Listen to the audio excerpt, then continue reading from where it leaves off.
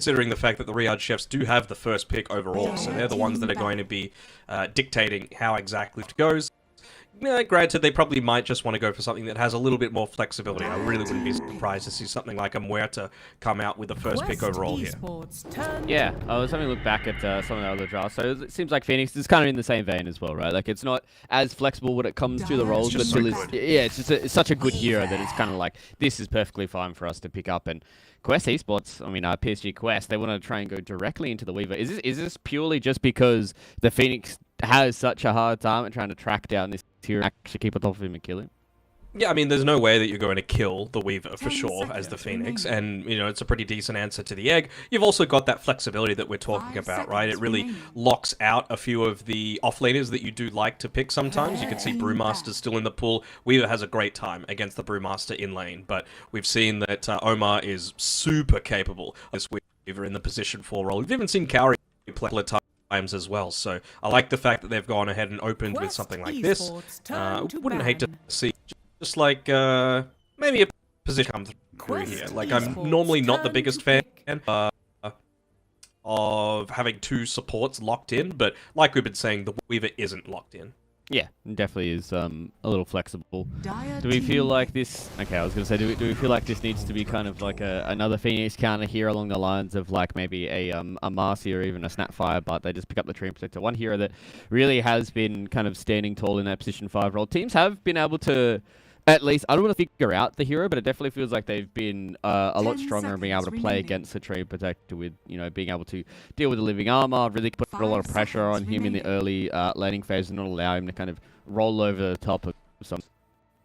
Yeah, for sure. I mean, you have to adjust a little bit, and because of that adjustment, the enemy team can adjust to your adjustment. It feels a little weird, right? Like, we see a lot of supports, for example, bring out a Quelling Blade to the lane just so that they can make sure all of those trees are chopped down in the laning stage. And because of that, because you know that that's probably going to be happening, oftentimes we see First Bloods around that. Well, it'll be the bottom side of the map where Treant Protector is going to lane. So I wonder if there's even a small consideration to what can one with decent effectiveness. It doesn't really seem like it with the Phoenix, but certainly something to consider. I'm already leaning to this being a position 1 Weaver. Yeah, that's what I'm thinking as well, right? It really does feel like that's just going to be such a strong lane for them to be able to kind of lean against anything that the Riyadh Chefs really want to try and go for. And having a look back at some of their previous games as well, it seems like they are a team that loves to play with a whole lot of tempo and a whole lot of kind of grouping together with a lot of their heroes that they like to kind of play around with. So I'm interested to see how the Riyadh Chefs will be able to combine all their heroes so far. They've already got quite a lot of team fight with the Earthshaker and the Phoenix, so whether or not they're going to try and combine that with another hero that wants to try and get into the fray. Maybe they want to try and move this Earthshaker into more of a core role, pick up something along the lines of like a Shadow Demon or something like that, just try and have that extra bit of purge. It isn't that great against the Weaver considering you still have Sakuchi, but being able to set things up and save people, especially a hero like the Phoenix with the Disruption, I think in my mind is pretty good. Yeah, I think you need a little bit more of that lockdown to be able to deal with the Weaver, whether it be, you know, a silence or a stun. I really wouldn't even hate Grimstroke coming through here, but Earthshaker for sure is one of those heroes that is able to provide a lot of that control. Right now, it really just feels like they're considering, you know, what are we wanting to have paired together with this? And, okay, there's a silence coming through with the Skywrath Mage. Yeah, okay, so it seems like this is the extra bit of lockdown, that extra bit of magical damage. They don't have to worry about the living armor as much. It is a little hard for them to try and get on top of the Weaver. You know, I've seen Ancient Seal and Sakuchi be able to come off simultaneously, and it kind of goes 2 ways against the Weaver as well. If the Weaver does find this Skywrath Mage in the background, it is very, very hard for them to try and play through that. So we'll see if this is going to be enough damage for them, or whether or not they're just going to kind of run into some issues where it gets to the mid-game where the Weaver's going to have BKB plus Lincoln's is going to be A-okay, but PSG Quest, they're just going to open up with another strong lane, and the Centaur will run it and the Dark Willow. Again, we can have the flexibility of the Dark Willow going in towards that position 1 role, so it's not all set in stone just yet, but I think the heroes that they've got so far, they've kind of just picked good stuffs, I think is a good way of putting it. They've got 4 heroes that do synergize with each other in the way that, you know, they are quite able to utilize a lot of their spells together, but it really doesn't feel like they've kind of strayed too far from the path of just good heroes. Yeah, I don't hate this Faceless Void though, right? Pretty great at being able to lock down the Dark Willow and the Weaver. Feels pretty solid into the Centaur War Runner lane, right? You're able to deal a lot of burst, but there isn't really that follow-up lockdown, right? We saw Grim Centaur, you've got a silence, you've got an additional stun, so you can't get the time walk off. You're going to need to be really on point to be able to land the Brambles after the stun, and even then, you know, early on the duration of that Brambles isn't all that long, so you still do end up getting away. So I like the Faceless Void pick overall, and they certainly have a hero in the Skywrath Mage to be able to combo it together with. Yeah, it definitely feels like today this is a much more synergistic Faceless Void pick. You've got the Phoenix and you've got the Skywrath Mage. Two heroes that, from supporting roles, can pump quite a lot of damage in towards that Chronosphere. And now you're starting to look for PSG Quest, about some more of these other heroes, and you're trying to get rid of that attacker can play that can really kind of pump up more of that damage once again into the Chronosphere. So much team fighting from the Riyadh Chefs. They've got a lot of good ways of being able to get in these fights and taking some of these heroes down. So I like not banned. Oh, I mean, it's something that Attacker really does like to play in that mid lane. It synergizes really well with a Faceless Void. The one thing I'm a little bit concerned about from the Riyadh Chefs is that they don't exactly have the most front lines so far, right? Like, you can play the Earthshaker in the mid lane, but it doesn't really feel frontline-ish. And as I mentioned before, Onme typically does have his hero be picked towards the end of the draft. But with Quest having the last pick overall, they're going to be able to respond to, you know, is it an offlane Earthshaker? Is it a mid lane Earthshaker? You're going to see what the matchup is. Yeah, they have banned out quite a few of these kind of melee hero dominators, right, so far. And I think Attacker, usually when I look to him, he has been one of those players that does quite often lean towards those melee heroes. But I feel like that Invoker is probably a fairly good shot. And then the question is for PSG Quest, like, what's their response going to be, right? Like, you don't really have any of those big Invoker dominators. You know, obviously, Conker's going to be a first ban against somebody like Attacker, so they pick up the Invoker here. What's really the response that you're going to have for PSG Quest?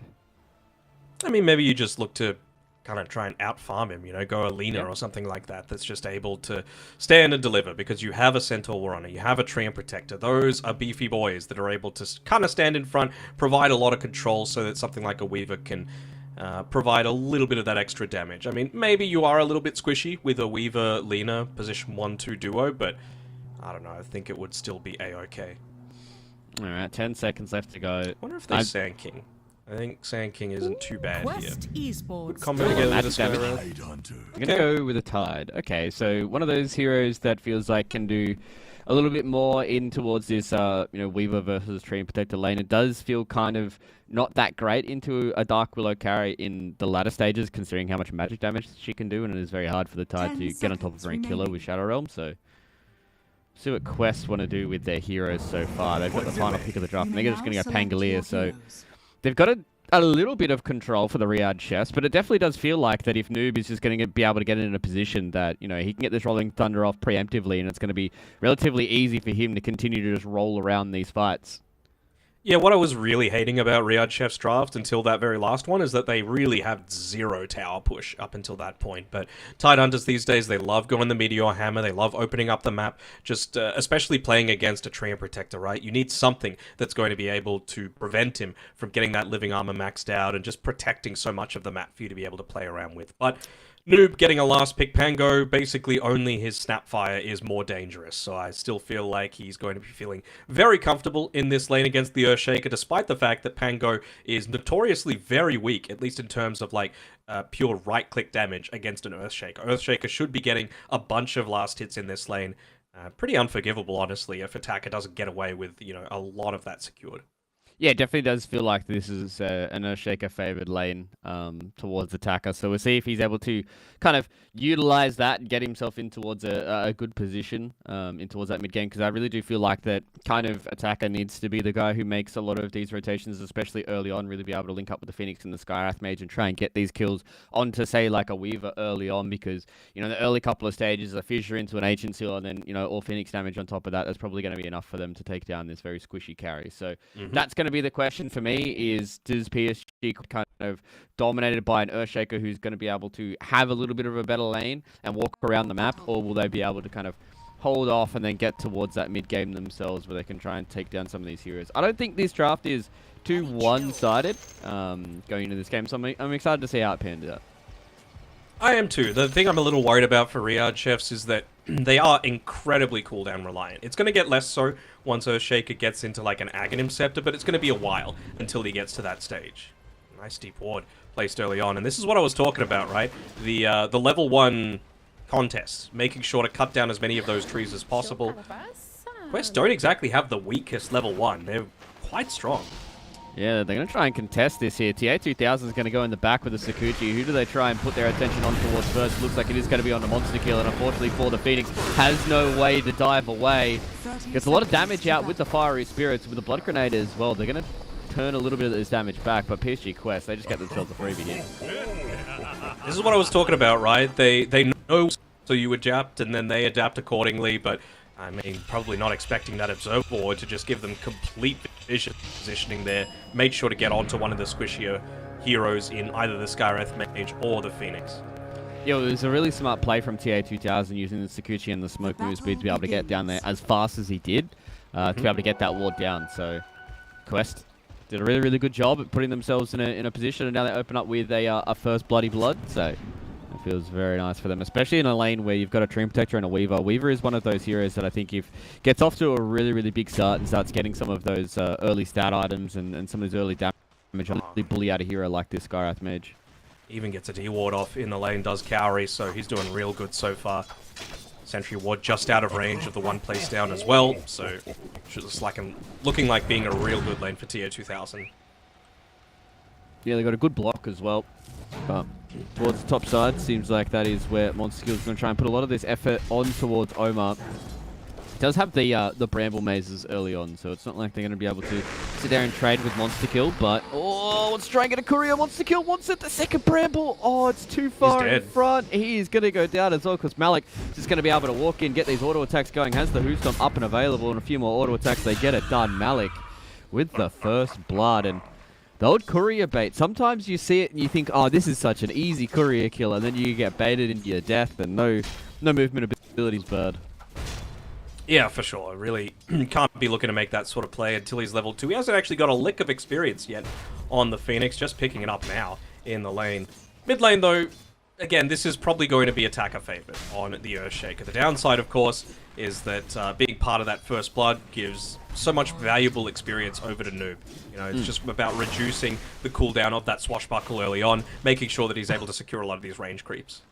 That was a nifty little play there from attacker. He, Fisher blocked off Noob and then body blocked him, and he copped a couple more tower hits than what he really should have. So this lane is going really, really well for Noob so far, off the back of that extra lick of experience that he was able to get. I think the biggest thing for me is attacker just doesn't have that many denies coming in against Topanga, just because you are able to spam out quite a lot of these spells against the Earthshaker. Yes, you do have Enchant Totem for some of the last hitting, but it's not really as viable as securing them as everybody else's would have been. Yeah, for sure. I think you're not really going to stop Noob from getting too many last hits. I just really don't think that Noob should be getting many denies at all, which he hasn't so far.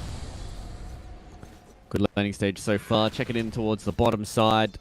Owned Me doing pretty well for himself. I mean, he's 3-0. He's not doing that great, but at least they haven't died once again. And early on here for PSG Quest, we already touched on it in the draft, right? Like this Weaver versus and Treant Protector lane is going to be very, very strong. And unfortunately for TA2000, loses the courier there to Menu.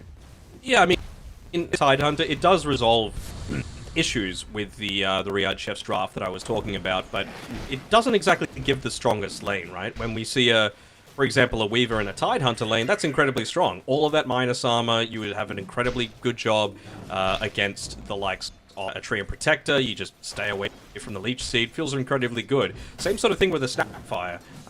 Just anyone that's able to use a lot of that minus armor from the Gush really does provide a lot of full threat and effectiveness, but it really doesn't feel like Menu's getting too much out of it. Yeah, they haven't really been able to, abuse and utilize the Skywrath Mage just yet. So hopefully Menu gets some of these levels, and maybe somewhere towards like level 4, maybe Power Rune time, head towards the mid lane for attacker and try and link up with his Earthshaker. And that's why I was touching on before this game started about I feel like attacker really kind of needs to be the linchpin for the Riyadh Chefs, right? It feels like he needs to be the one that tries to link up with all of these side laners, get some of these kills early on, and gets a lot of the experience into his support to both of them need a lot of experience, right? Like, you really want to have level 6 as fast as possible on a Phoenix, and kind of the same thing's true for the Skywrath mage. Yeah, absolutely. I really just want to highlight how good of a job Cowrie's doing in this lane. Nice Ancient Seal to be able to prevent the slows coming out, but is it going to be enough to be able to protect Own Me? I don't know if it will. Yeah, they've got another Geminate attacker as well. Own Me is going to cop the punches there from Kaori, who, as you said, is doing a fantastic job so far. He's going to cop a lot of damage from Menu, but Menu completely out of mana here, Matt. So Kaori is going to be A-OK and he's going to walk that one off. Menu playing in the MENA region. Fitting. Nice little start. I like it. I like when there's some good namesakes floating around. Feels good. But Own Me's back. He needs to spend. Yeah, I don't know if that's this bugs, is, and that's some clicks. TA2000, there's no mana left on Menu, so worst case scenario, Own Me... Oh, he goes down to the final auto attack of the Geminate attack. I was going to say, worst case scenario, Owned Me is now down to 10% HP, and he has to just stand there in the lane as TA2000 gets all the last instance he wants. I was about to say Menu needs to spend his gold. He's holding on to 630 gold right now. No boots, no mana regen, nothing at all coming out for him, and he's just copping a few right clicks himself from TA2000. I wouldn't be surprised to see him just get a casual Blightstone, because it really is causing this Tide Hunter and Skywrath Mage a lot of grief. Yeah, speaking of grief, unfortunately mid lane, attacker goes down. Kaori was able to make that rotation towards the middle lane now that TA2000 is well and truly happy in this bottom side of the map. And PSG Quest, this is kind of the answer to the question that I posed at the top of the show, right, man? It was I really wanted to see PSG Quest come into this qualifier and kind of just throw everybody to the wayside until they got the Falcons. I think if they get into that series, that's when things are really going to change. But speaking of, top side, monster kill, oh so low. The Brambles damage wasn't enough there to be able to take down the Phoenix, and Kridos, oh, does he have the time walk? He does. That was a risky... Iron Me's about to die again. Very efficient play. Yeah, he's fine. Okay. Just gets away. And this is where you can see, you know, you're looking at the last instance denies. It's all PSG Quest calls. Like, there is obviously attacker that's going to be sitting there, but you can see it's going to get to the point now where it's going to be too hard for any of these calls to sit on any of these lanes, and players like TA2000 as well as Malik are just going to be able to sit freely in these side lanes and do whatever they want. Yep. Speaking of TA2000, just gets a bunch of raindrops delivered to him, so both wants to get aggressive, but it also enables him to just be left solo in this lane if they want. And that is kill number 3 that they're able to get onto Own Me. Yeah, this is starting to look kind of depressing in this bottom side. It's kind of what you said, right? It really does feel like the Tidehunter solves some of their issues, doesn't solve their laning phase issue, though. Attacker's going to try and get something on the board for the he's going to kill Chefs. Menu. He's diving. Oh, no. Underneath the tier 1 tower at 6 minutes into the game, TA2000 gets that kill. He's silenced up, but unfortunately Owned Me is only level 3, Matt. And that means that he's really not able to provide much. Malik will then be able to get the kill onto Monster Kill in the top lane after rotation from Noob.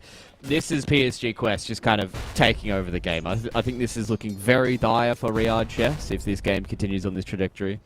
Yeah, for sure. I honestly, I mean, the lane's in a really good position for Own Me at least, so he should be able to stay here for the next little bit. I almost want to see him be the one to get this this Wisdom Rune, just to be able to recover a little bit of that net worth and experience. Yeah, he needs something. They need to send something his way. See whether or not they feel like that's going to be worth or not, because it feels like everybody's kind of bleeding at this point. Mid lane, this could be another potential death for the side of the Riyadh Chefs. Attacker gets hit with the Cursed Crown. The auto attack is going to go through. Noob's going to have another swashbuckle. Misses completely, but still has enough damage to be able to get the kill there onto Attacker. They're doing A-OK. Yeah, they're doing fine. No one actually claiming the Wisdom Rune just yet from the Riyadh Chef side. And like I was expecting, just going for that minus armor build on TA2000. Both enables him to be a legitimate threat to, again, these uber squishy supports in the Skywrath and the Phoenix, but on top of that as well, enables a little bit of more of that tower taking potential on the back of a successful team fight. And, you know, I was mentioning with Riyadh Chefs that they do have quite cooldown reliant lineup, and well, at least they get the first kill onto Malik through the rotation coming through from Attacker, but yeah, I'm really just feeling like it's going to reach a point where Quest, they've already got a 4k net worth lead, and they're just going to be able to keep running at Riyadh Chef soon enough. Oh, Noob's going to snipe Menu. Oh, he got the slow with the concussive shot, and now with the Ancient Seal, is he going to try and get it with a swash? No. Alright. I thought Noob was going to try and do like a 360 no-scope montage there, but unfortunately doesn't hit it. But yeah, Soon. exactly. You know, they get something out of the kill onto Malik on the top side, but they may lose again, another. Ronan? He's dead. He's just dead. That's very sad to watch. Not for ideal, This yeah. Tide Hunter. It's like I've been in this position plenty of times, purely out of my own mistakes rather than anything else. But it is very depressing being an offlaner, and there's not much they can really do for you because it's like, do they want to put a lot of these resources into an offlaner like a Tide Hunter who, if you make some stacks for him, yes, that's the resources you want to put into him. That's when he can come back. But it's like, do you just kind of leave this whole lane to a Weaver who, I mean, is already having the freest of times? Do you just kind of leave him in a completely uncontested lane?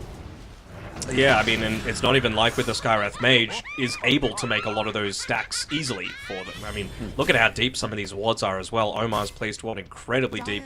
Might be able to just use the courier to be able to scout out this high ground, so that's a nice little bit of free experience for Menu. Yeah, so he at least gets one of them. But yeah, it's exactly as you said, right? Like, these deep wards from Omar have been so good. And even Kaori's just like, the fact that they had this early start for the Weaver means that TA2000 is one of these heroes that can go and stick in the lane by himself. Speaking of TA2000, they're going to go on him in the bottom side. Do they have the damage? The Echo Slam, it's not there. Attacker doesn't have it. He gets the time lapse off as well, and TA2000, this is where the horn will be sounded for Gondor. They will come down and help out their Weaver. Menu's here as well, so this might not just be a freebie, but Noob in the backline goes directly onto the Skywrath Mage, who will lose their life quick and easily to Noob. And eventually Owned Me will go down to a few more of these auto attacks, and that was almost a beautiful rotation. Noob catches out Attacker, who just makes his own way. Oh, that is an awkward spot to be stuck for a Pangolier. It doesn't matter because Kaori is there with the overgrowth, and a dominating spree for the Pods 5. Yeah, Kaori is playing a fantastic game. I mean, ever since the laning stage, he's just been on point every step of the way. And it's only going to get worse now. I mean, off the back of that successful team fight, Noob just got the Blade of Alacrity delivered, and he's 100 gold away from the Diffusal. Oh, never mind, he's got it. Yeah, that's kind of nuts that it's now Orb of Corrosion Diffusal at 11 minutes in. TA2000 has Dragonlance and is, what, 1,500 gold, less than that, 1,300 gold away. And fortunately for Monster Kill, really wants to try and get this egg off. Does get it down, and Malik, they haven't been able to get the clicks into the egg. And that will just mean that with the Stampede, they will walk away from this fight. So PSG That's just Quest, one of those big cooldowns that they don't have, right? They know the Ravage isn't available. They know that there's no Supernova. You've got, not quite yet, the Desolator on TA2000, but, I mean, Diffusal is a timing in and of itself, especially if you're able to get it 11 minutes in.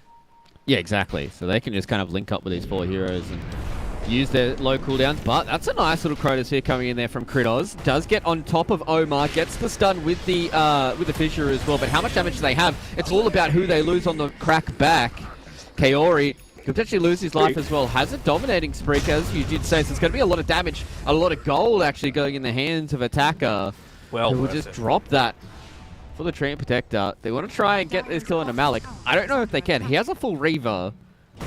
I didn't even notice that. Yeah, I think he just picked it up.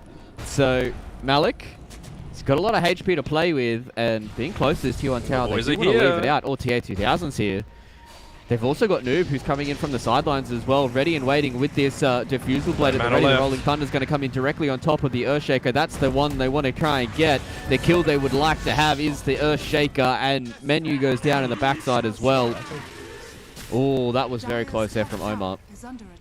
Almost trying caught. to get them on the escape there as well, next to the Twin Gate, but Omar not quite landing it. But it's just, the map is shrinking at an incredibly rapid rate. I mean, they've even still got the siege creep for the top lane, and they used a glyph to be able to try and protect things for a little bit longer. So we might even see a Tier 2 get some legitimate threat in onto it. Especially with the sub 300 gold needed for TA2000's Desolator, right? So you've got a DD rune up.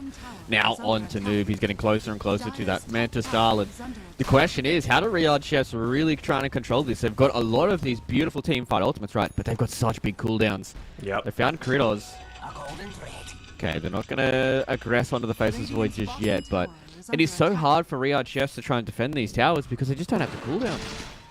And even then, like, you don't have, you're down 10k net worth 13.5 minutes in, and now TA2000, he's finished up the Desolator. He's got it coming out on the Courier. I mean, Kaori's loving life. He's like, man, I wish I could buy my Aghanim Shard. I've got plenty able to do it. It's just too early. They're even going to yoink away this Wisdom Rune too, man. Yeah, they've smoked up for it. They want to see if they can try and get some kills out of this. Onmi is ready and waiting in the sidelines, but he gets overgrowth, so they have to throw the Ravage down on towards the egg. I don't think they have enough. 10. Can they do it with the auto attacks? The Fish is there in time, but Kaori punches down the Phoenix. And now with the Rolling Thunder coming in from Noob, all these big teamfight ultis have been used and they don't get any kills out of it. Onmi is the next one on the menu. And speaking of menu, he has Noob in front of him. The Swashbuckle takes him down. Attacker gets found in the trees. He does a lot of damage back towards Omar, but he's standing here and waiting for TA2000. Just leave him be. They get the kill onto Omar, but they don't get the extra kill onto the Weaver. And that just means that PSG Quest will claim 4 and lose 1. And they'll get the Wisdom Rune as well on top of everything. It just felt like things were the tiniest bit disconnected, right? Just the fast movement speed of the Weaver was able to avoid the Ravage, so plenty of those Geminate attacks were able to take out the Phoenix Egg. The Earthshaker still had 10-15 seconds left on the Echo Slam cooldown, and Faceless Void joining in at the very end wasn't able to land the Chronosphere, partly because he ended up time walking into a Bram, so just everything going wrong right now for the Riyadh Chefs. Yeah, it really does kind of compound upon itself, and unfortunately now for Monster Kill, he got found in the trees, and with a heart on a Centaur at 15 minutes into the game, you're kind of going to scratch him off the list of killable characters. What are you supposed to do against this man? I don't know. I really don't know, and I hope that maybe the Riyadh Chefs can try and find something, but unfortunately for them, Onmi is being found out by Kaori. Beautiful Chronosphere now. They're waiting in towards the sidelines. Level 5 on menu, Krios, man. he has no damage to get the kills, and with the Mask of Madness, he can't even jump away. There was a beautiful positioning there from Omar, just pump faking the Terrorize. And they will just disconnect. Yeah, maybe they kill something if they have the level 6 on the Skywrath Mage, but he's still not got it. He's only level 5. Yeah. It's 15 minutes in. They're putting a lot of damage towards TA2000 though, so he has to be careful, but now they're rolling in with the Rolling Thunder. Who has to be careful? 3-piece so far. And PSG Quest are just running over the top of the Riyadh Chefs. And Matt, if I was a betting man, I'd say this game's going to be over very, very quickly, especially with Malik, who is now chasing down Monster Kill as well in towards that mid lane. The Phoenix almost gets caught. Noob has found him after the dive. Okay, he's not going to go too deep inside of the base, and PSG Quest will leave him be for now, but this is not good. 1k per minute, Matt, and over all my years of casting Dota 2, that has been the benchmark. That has been the benchmark of an absolute stomp.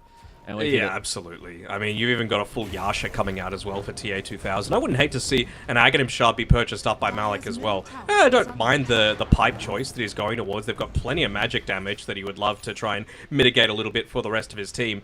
But I think he could just become an enormous boy if he ends up going for that really early Aghanim Shard. Yeah, just be that massive nuisance and just kind of do so much damage as you go into these fights. So we'll see what Malik wants to do. See whether or not he's going to go towards that Aghanim Shard route, or whether or not, you know, I feel like there's a lot of these Aghanim Shards that can really just kind of end this game, right? Like even looking at TA2000's, like the amount of damage that he's going to be able to do just coming outside of Sakuchi.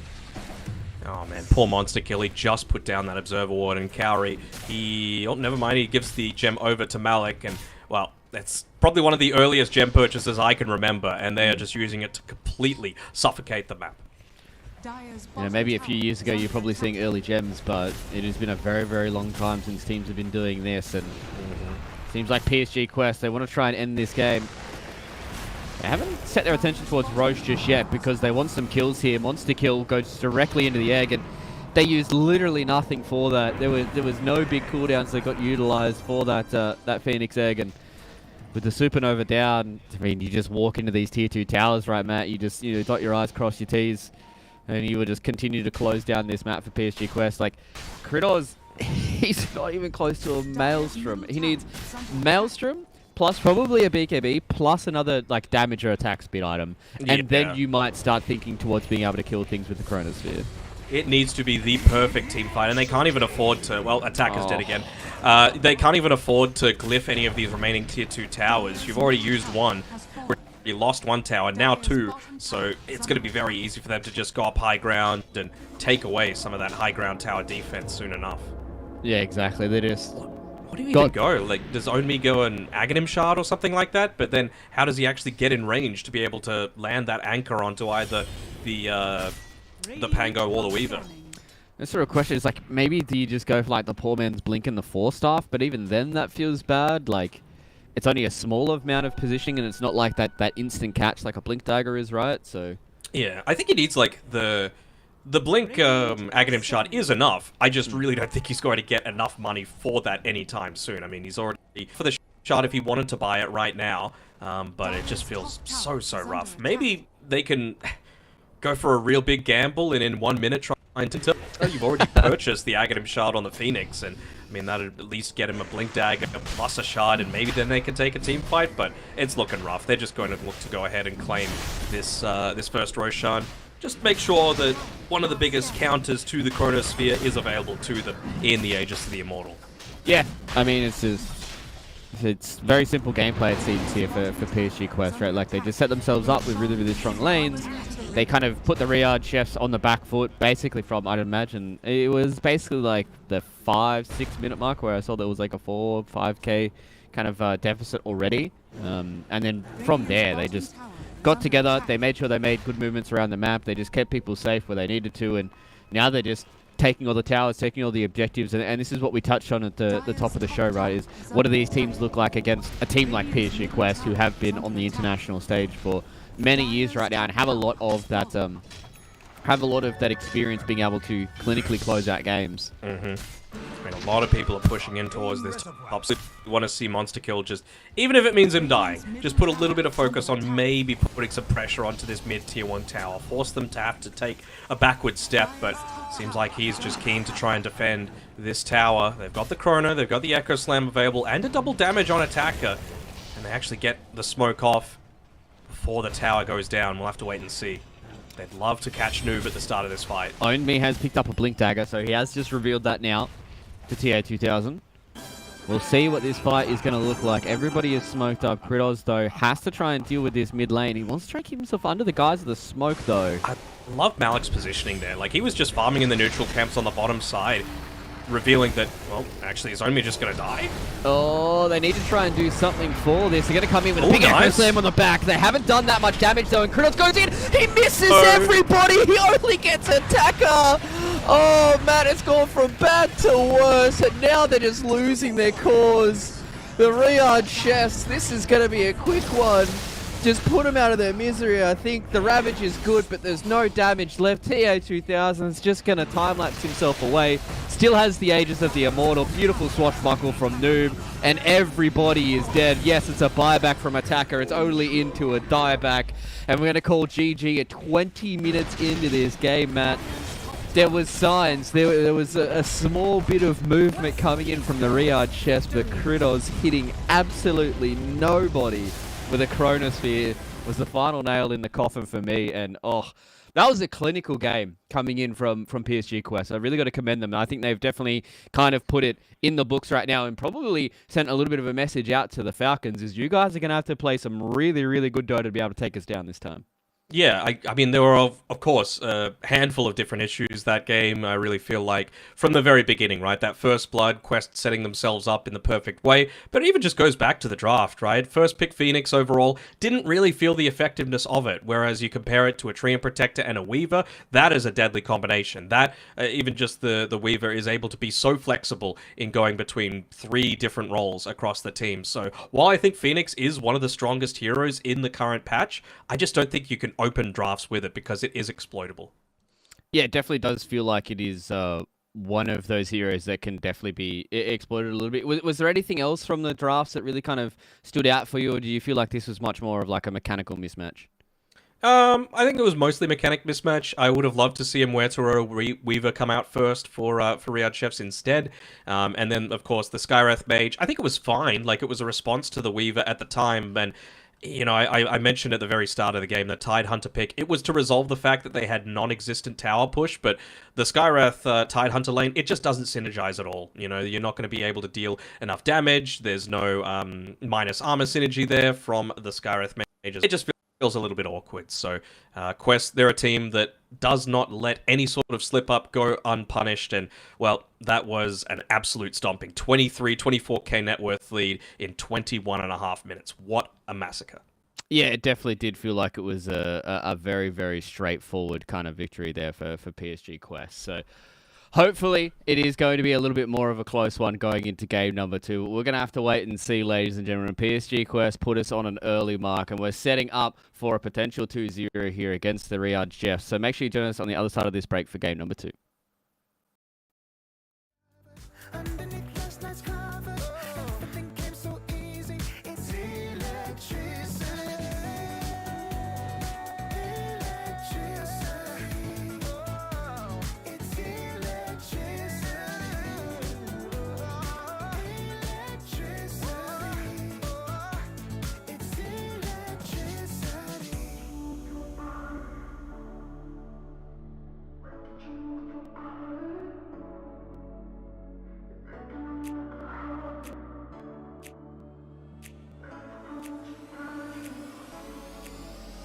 The way that you move your body, it make it look like a hobby. Every time that you touch me, it's electricity. Things we discovered underneath last night's covers. Everything came so easy. It's electricity. Electricity. It's electricity. You move your body. Electricity. You move your body. It's electricity.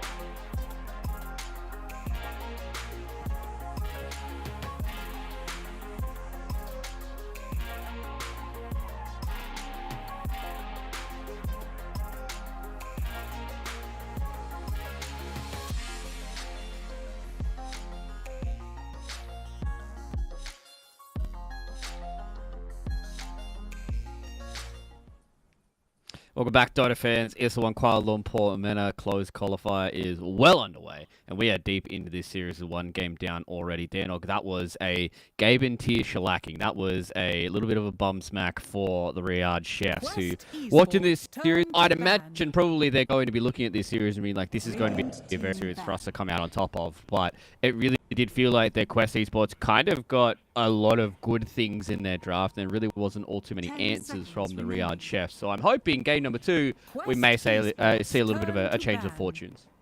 I just want to see some more solid laners, right? That's you build a game off of the laning stage, and you got to say, Phoenix, Faceless Void, Skywrath Mage can be in the right combination, Tide can be in the right combination, but not together. And even Earthshaker, right? Like, it punishes some, but Noob is just so comfortable on the Pango that wasn't the case. And then you compare it with a Weaver Treant, that's a horrifying lane to have to go up against, right? It's just so dominant at all stages of the game, and yeah, I think that's a pretty good place to start. Yeah, and I think that's just kind of just circles back to kind of just, it's very hard to make sure you don't give any good things away, but I think this is a pretty good from the Riyadh Chefs. Yep. Don't give anything away. Profit can work in 1, 3, 4, 5, basically only mid. I haven't seen it work. So they're not revealing anything with this draft. It's global, which is great. You're able to play quickly, which is great. It gives them a little bit of that tower push, which feels amazing as well. Weaver's not going to be supported by a Treant Protector this time, but still feels pretty scary, right? And again, Quest haven't revealed anything. Like, TA2000, we've seen now that he is super capable of playing the Weaver, but, I mean, Omar, to me, when you say Quest and you say Weaver, I think of him. So it's not like they're locked into one position either. Yeah, I think that's a big boon for PSG Quest, is the fact that a lot of their players are very, very flexible in what they can play. I think they've all been able to play across their careers quite a large magnitude of heroes, and it really just goes to show that, especially in the current drafting meta, I think you need to, especially with, I would say most heroes, you kind of need to have them be as flexible as possible. Otherwise, you kind of get yourself into a position where you see a hero like Weaver, where most teams can play it in multiple roles, and if you're a team who has only been able to show it as a carry, then it kind of just mitigates a little bit of the importance of such an early pick on a hero like Weaver. But I'm glad that we're not seeing any of the truly disgusting heroes, the Conkers, the Chaos Knights, the Spirit Breaker, and You're not letting attacker have Conker. I'll say that much. If any team doesn't ban this hero, it is being first picked by Riyadh Chefs. And that would be, I don't want to say disrespectful, but I could imagine there would be an eventual conversation with most teams being like, can we just give it to him and then we get something else out of it? Or maybe, you leave the bans open and then you first pick it yourself, and then you're like, hey, we've got ourselves a Conker now. That'd be the only way that I see it unbanned. Yeah, pretty much. What to pair with the Weaver, though? 10 seconds remaining. Radiant. I'd add something like a Tusk if they wanted to go down that route. Hey, there we go. Yeah, I mean, it just feels really solid pairing together with a Weaver, right? It's another hero that is able to have a bit of an answer to a Nature's Prophet if you're trying to be a little bit cheeky. You can always get out of the Sprout. You can always get vision into the Sprout to not only just do damage, but also provide the stun so you can't TP away. You're not the worst Quelling Blade buyer if, you are wanting to go down that route, considering Tusks don't necessarily love something like a 4-staff, so yeah, I could see it working. Yeah, I think it's just, as you said, just a good combination, and just kind of, it felt like because it had the positives and negatives going for it, that it was really just a good pick in that spot. But Keeper of the Light, another hero that can play in multiple roles, and I'm not quite sure if it's really in attacker's hero pool, because last time they played the Nature's Prophet, that did go into attacker's hands. So we'll see where this Coral is going to end up. Probably, maybe we might see Menu pick this up and they try and combine it with a hero that likes to spam the spells in that off lane for owned me, where they can kind of have that little bit of a stronger lane this time around. There it is, the Magnus. It's okay. Yeah. I mean, even just the blinding light into a skewer back under the tower, right? That's certainly a very dangerous prospect to have to line up against. But yeah, like you've been saying, the Magnus as well. somewhat capable of using a lot of the chakra magic to his own benefit as well. One thing that I do like, excuse me, if this Keeper of the Light is being played as a position 4, much better hero at being able to build up stacks, multiple at the same time, just with that Illuminate, both to either take yourself or to enable a little bit of that scaling on the Magnus. Yeah, and I think that was probably a big... I mean, I guess they didn't really have the space to be able to take some stacks, but not being able to see a lot of these stacks go through, and or we're also getting treated to something pretty special here, Matt. We get to see an Omar Rubik, which is what I'm very excited about. This man is a very freakishly good Rubik, and playing into a game where you're playing against a Magnus as a Rubik, that's when the highlight reels are about to start. Yeah, for sure. I mean... there was a small part of me that's like, you know what, this Weaver can still be played as a position 4, especially if they're going to pair it together with a Tide Hunter. But, I mean, they must feel like Keeper, Mag, Weaver's not dying. Weaver's not going to be in any sort of dangerous position there. And Keeper of the Light, if you are able to, you know, lock him into a Snowball, Ice Shards combination with the tag team, he's just going to completely melt. So, yeah, Omar, Rubik, I'm always here for it. Ooh. Okay, so does this mean now that we've transitioned the Nature's Prophet into maybe a little bit more of a supporting role, and we could be seeing something along the lines of like a Sand King mid? It's probably a mid Magnus, I think. Okay. Coming through on this one, I think it's something that Onme is comfortable with, but I could very easily just see Attacker playing it as well. Okay. So we are probably looking for the final hero here.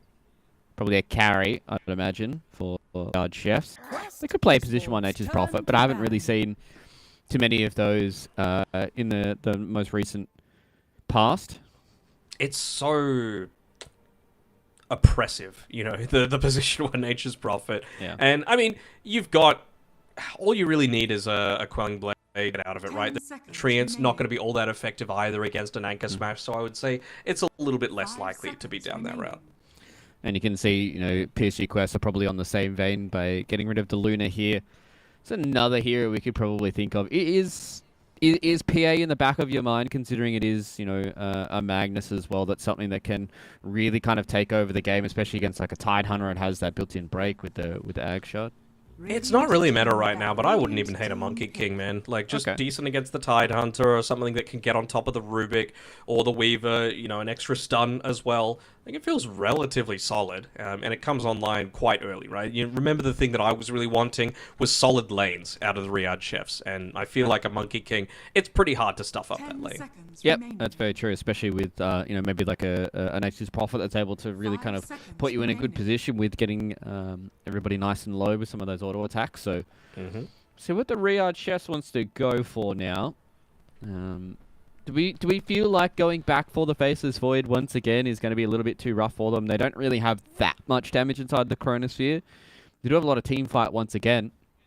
And they do have an accelerant in the Magnus to be able to, you know, pick up your farm just that little bit quicker.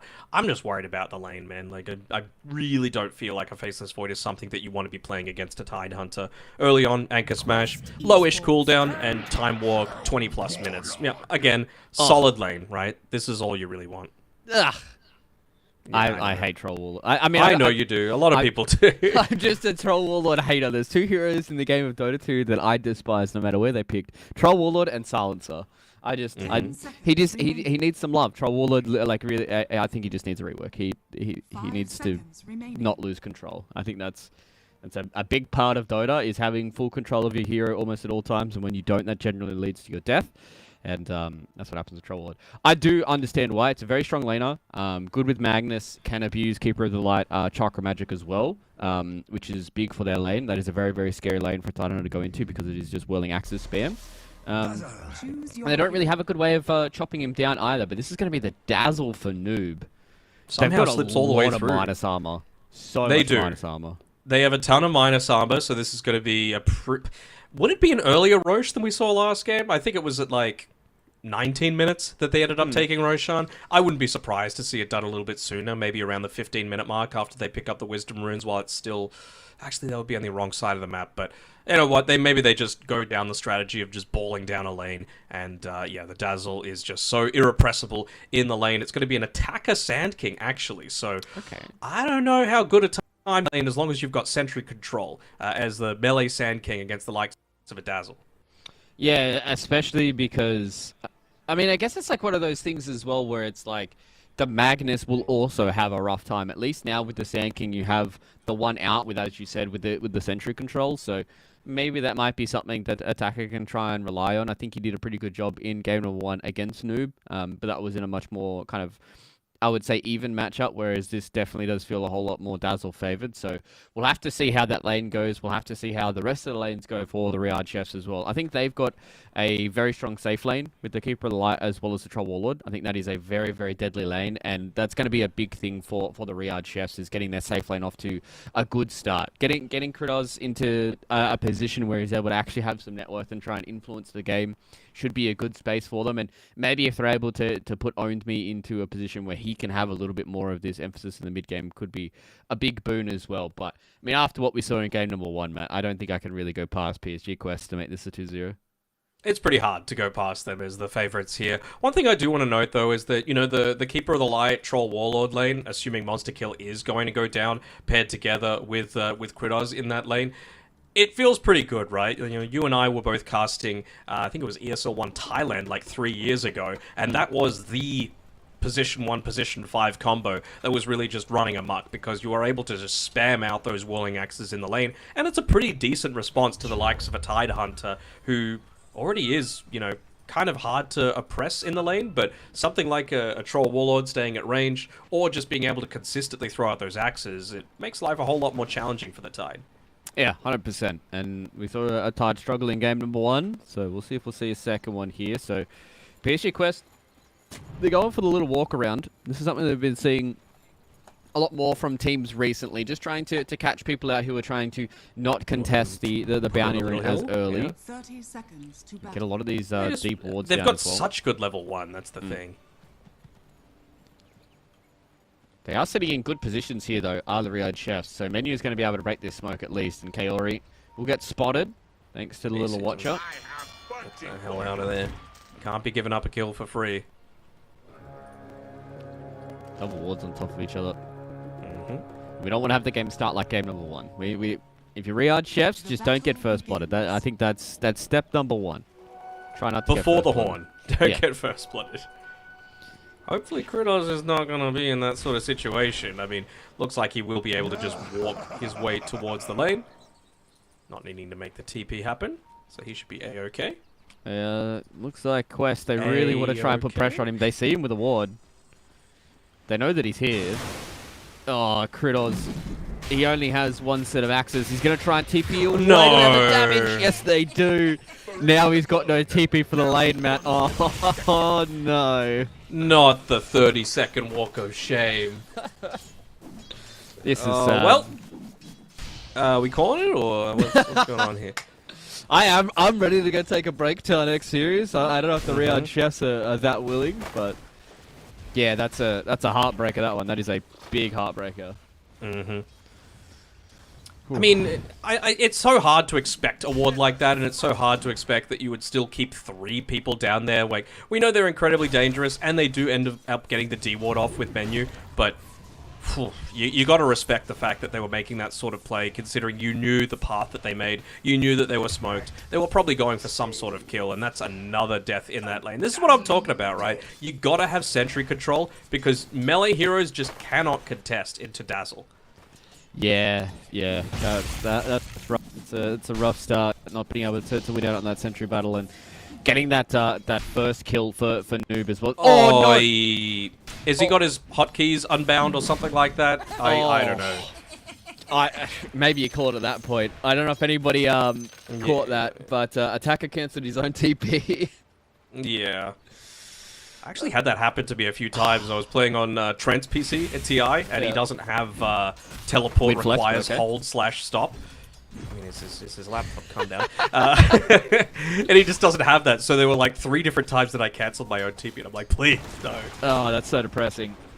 Does at least win the sentry battle in the middle lane. Yep. So very important. The one win, but they are starting to win out a little bit in this bottom side. Kratos obviously still has to come back. Missed, what was it, 2 or 3 waves in that bottom side, but Sentry's gone. I don't think Attacker could go back into this lane anymore. It is very sad. I'm actually surprised that they didn't put the Keeper of the Light with the Troll Warlord. I thought that would have been a much stronger combination for them, considering that Menu on the Nature's Prophet isn't able to do that much damage to a Tide. Yep. Monster Kill is just taking constant tower hits as well. He took 5 tower hits. And, well, they're going to say thank you very much and just look to yoink up that free kill. Yeah. Germinate attack is too hard for them to deal with, and yeah, Monster Kill getting stuck underneath that tower. Now owned me. You got the bugs on him. Does bring Kaori with him though, so it's a couple of seconds till these abilities are back off cooldown, but I don't think it's going to matter. Own me's just going to go down as well. And TA 2000 gets involved in another kill, and I think it's deja vu. I've been in this place before, and unfortunately it's not a good place for the Riyadh Chefs. Maybe they can get something back here by taking down Malik. He's oh so low on the bottom side of the map. Kratos gets it done with the axes. So finally, we're seeing a little bit of respite for the Riyadh Chefs. Something going back in their favor, but only for a second, as Monster Kill unfortunately ends up going down basically immediately after he TPs back into the lane. A little low on resources, you'd have to say, from TA2000 and Kaori, but with all these kills that they're getting, they're just able to come straight on back to that lane.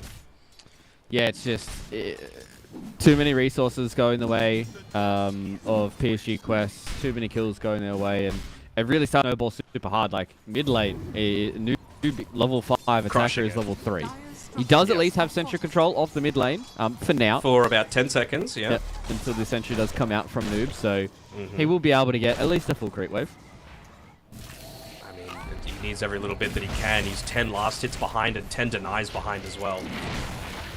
It's never a good start when you have a Sand King who's really just not able to abuse the hero, because it really does feel like that he doesn't scale as well as a lot of these other kind of melee mid laners. Doesn't really have like any of these auto attack accelerants. You know, things like an Earthshake where they can kind of just accelerate with a bit more of this damage. SK really does rely on being very strong very early with things like a Blink Episetter and then going to like Kaya Sanj and what have you in the Aghanim Scepter, but I mean, I think having that and even just having the Keeper of the Light be able to move back towards the triangle and start to, you know, pick up a few stacks for your own team, it's very important as well. Another kill onto Omar. Alright, they're doing little things right. Kratos, though, he's tanking a lot of creeps. He's looking to try and contest into Malik, and Malik seems like he's going to be content just to wait until his lane partner comes back from the grave, and then they're probably just going to look to get aggressive immediately once more. Yeah, it really did feel like that Omar was kind of just hoping to die at that point. I think Omar really just wanted to refill to come back into this lane, because they are just trading HP and mana between both of these two lanes. And Malik almost chased down Menu as well. Kratos, though, he's in trouble. The Anchor Smash goes down. They don't get the blind out on Omar, and they've brought Kaori down here as well. The axes go down, but they're looking for a second. It's Menu that is on the menu. And they take a second, 7-2 right now for PSG Quest. Only 2k ahead, but it feels like they are leaps and bounds ahead of the Riyadh Chefs in this second game. For sure. I mean, even again, they're getting some decent enough damage into this tower with the siege creep hitting in onto it. Malik still probably a little bit too early for him to tank up too many of these tower hits, especially with the Troll Warlord coming back to the lane. But, yeah. Just across the board, winners on all fronts, PSG Quest. Oh, mid lane, they've decided to come in onto attack, and they get the dust going in from Noob as well. They will at least get the TP from Menu, but I think that is a TP to their death, and this serving is himself too up. Much damage for PSG Quest to not hand the way of Menu. They're going to try and get the kill on Omar, but he's going to be A-OK because he's got 9-1 charges. Kaori again, dominating spree, Matt. If we're giving out MVPs, Kaori's mine. Yep, he is just incredibly good laner, as well as he just knows how to make these movements. Granted, it's a little easier when you are crushing the lane that hard that you could just leave your position 1 a lot of the time, but it just seems like he knows the right place at the right time. They're even just going to make sure that they maintain that sentry control in the mid lane. Looking to try and to chase for another one onto attacker. They place another sentry ward. Actually, that's an observer named sentry ward behind the tower. He is just... They might get a kill on a Kaori. Not before Noob gets the kill on the Menu, I'd imagine. Oh, it's a lot of damage that goes back in. They want to get this kill here onto the Dazzle. Sidestep there against Own Me, but it's still going to be enough. Menu goes down to the final ticks of the Poison Touch. So they at least get the kill onto the Dazzle. So that's a lot of experience and gold going the way of who was the one that picked that up. It was Menu that got the kill, so probably not the best hero considering Own Me TP'd into that, but... Yeah, for sure. I mean, they immediately drew on the map as well on Omar, just saying, look, push down this top lane. Make sure that they're losing a lot of this experience on the top-hand side. At least Monster Kill was able to secure the Wisdom Rune for himself, so the team won't be falling quite as far behind, at least in terms of experience, mid lane excluded. But I'm really expecting to see these supports, especially once that level 6 is available, look to try and make a big contribution. Yeah, I think they're just waiting on a few more of those. Oh, he's going to get instantly dewatered as well. Oh. It's just misery for this lane for attacker, honestly. Yep. There's nothing that this man can do. He's just placing sentries galore, but it's just not really going to work out. Now they're going to go in once again onto the Sand King. He does have the epicenter. He doesn't even have the HP to get it off. And now Monster Kill's in trouble as well. They just leave it for Noob. And this Dazzle's going to have Treads and a Hand of Midas coming at him at 8 minutes into the game with a Bracer. Oh, this game is... Yeah, it's rough. It's a bit yikes. Yeah. It's very yikes. It is. It's a look away, but it's kind of like, you know, you can't look away because you're like, what's going to happen next, you know? Morbid curiosity. For sure. There's that Midas. 8.5 minutes. Ugh. The question is now, it seems like they're putting a lot of emphasis towards this mid lane. Do they just need to try and get some of these kills with these 4 heroes, right? Like, yes, they might be low on the experience scale, but if they bring all of them here with, you know, Own Me now, he's got the RP, like, is this going to be enough for them to try and swing this back in and try and get a little bit of this rubber banding? They're showing that they're very content to dive attacker, so I think they got to just react to how Quest are playing, like the behavior, you know? Like, see if they can bait another move onto him. You've got Magnus farming relatively close by. The downside is, of course, that ward placed by Cowrie, right? It sees everything. So they just get out of the lanes, go back to the side lanes instead. They're able to secure the bottom lane right now, with Malik being able to secure that one. You've got TO2000 playing right next to the tier 1 tower, because what's going to stop him? Yeah, it's they're just sniping Kradoz's career as well as he's waiting for parts of his Battle Fury. I think that might be kind of their insurance plan, right? Where it's like they just hope that they can get to the point where this Battle Fury can start to pay off, because they've already lost tier 1 tower bottom. They're going to try and put some emphasis here on the Malik. But can they kill a Tidehunter? They have 4 heroes here. They're going to RP him. 3 points back and screw him back in. Gets about half HP. Will turn back around with the Ravage though, and now Kaori comes in. Wants to try and get this kill here on a Kratos. Punches him up into the air. Doesn't have the extra damage. They will turn back around with the stick, so they're going to come in and they will just feed their lives away. So they got a little bit overzealous there. Did the side of PSG Quest. I don't think they have the damage. Yes, they do with the magic burst to be able to take down Malik. So they could have just happily gone away with that, but they wanted to fight. I mean, Attacker was holding that 1-point Burrow Strike for the longest time. He didn't want that situation where, you know, you Burrow Strike, he immediately Kraken shells it off and runs away. So, just tickling this Tidehunter, but still just the numbers and the weight of ultimates was way too much for him to be able to withstand. It was also, you know, very calm from Kratos holding on to the Berserker's Rage, or the Battle Trance, pardon me. Not having to pop it in an opportune moment, putting himself in a bad spot. But they get the kill onto Malik, and they also get the kill onto Kaori. So that was probably a lot of gold that was going the way of the side of the Riyadh chefs. But they still are well and truly behind. But they know exactly what Kratos is doing as well. I mean, you just made sure to remove the Watcher, but they have complete understanding of what you're doing. Might pop the Battle Trance. He's going to do a little bit of damage, but now TO2000 coming in from the side. It's almost an inevitability at this point. They will get the second kill, Monster Kill. He gets caught out by the Gush as well as the Bugs, and that is going to be a lot of damage going into this squishy little Keeper of the Light. Does have the level 6, but unfortunately for Coddle, level 6 is not an ultimate that's going to be able to save your life here in TA2000. Cool guys don't look at explosions. And that's a triple kill now for the Weaver, who's on a mega kill spree, and this is fast. I mean, yeah, it's real fast. I mean, they're picking the fact that they have vision inside of this triangle area on the Radiant side, which they do, but you made that pull attempt happen on, like, a quarter HP while you knew that there was Watcher available and there were people missing on the map. So there are a lot of things, other things that revealed exactly what you were doing at that point in time. Yeah, it was an opportune time, but you kind of have to take some of these risks, and unfortunately they are just not paying off here for the Riyadh chefs. They've lost all of their tier 1 towers at 12 minutes into the game. They've barely tickled any of the tier 1s on the side of PSG Quest, so we're looking at another game where this map really starts to close down. And from game number 1 as well, we saw the exact same thing, right? They just got to the point where they're able to do literally anything across the map. They are probably just going to wait for a few more of these item timings, though. Noob is getting relatively close to that Aghanim Scepter, and I imagine they're just going to wait on Malik's next item, which is going to be the Shard. And that's basically go time, right? Like, Kaori's got himself a nice little Medallion of Courage. Omar going to be building towards that Aether Lens. Like, the supports have everything they need to keep these fights rolling. Yeah, for sure. And, well, Menu, he's working towards one of the items of his own. He's gone the Rod of Atos. He actually was going down that route on the Skywrath Mage in the previous game. Much more understandable, but I guess as an int hero, it still provides a decent amount of damage and sustain, but it just doesn't feel like he's going to be able to get too much... like, he's not going to have too many people to play with, you know? Yeah. It's going to be hard for them to actually try and find some of these avenues to try and get these kills, especially when Attacker was doing his best to try and farm on the opposite side of the map, but he does get found out by PSG Quest.